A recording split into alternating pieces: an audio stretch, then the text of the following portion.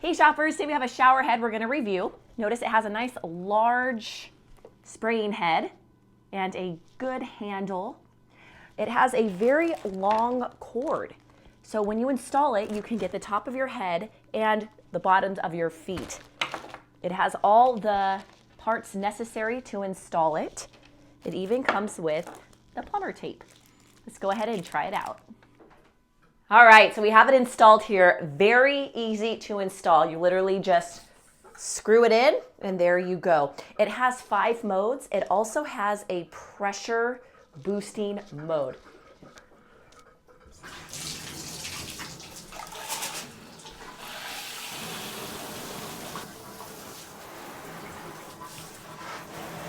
The way that you adjust the modes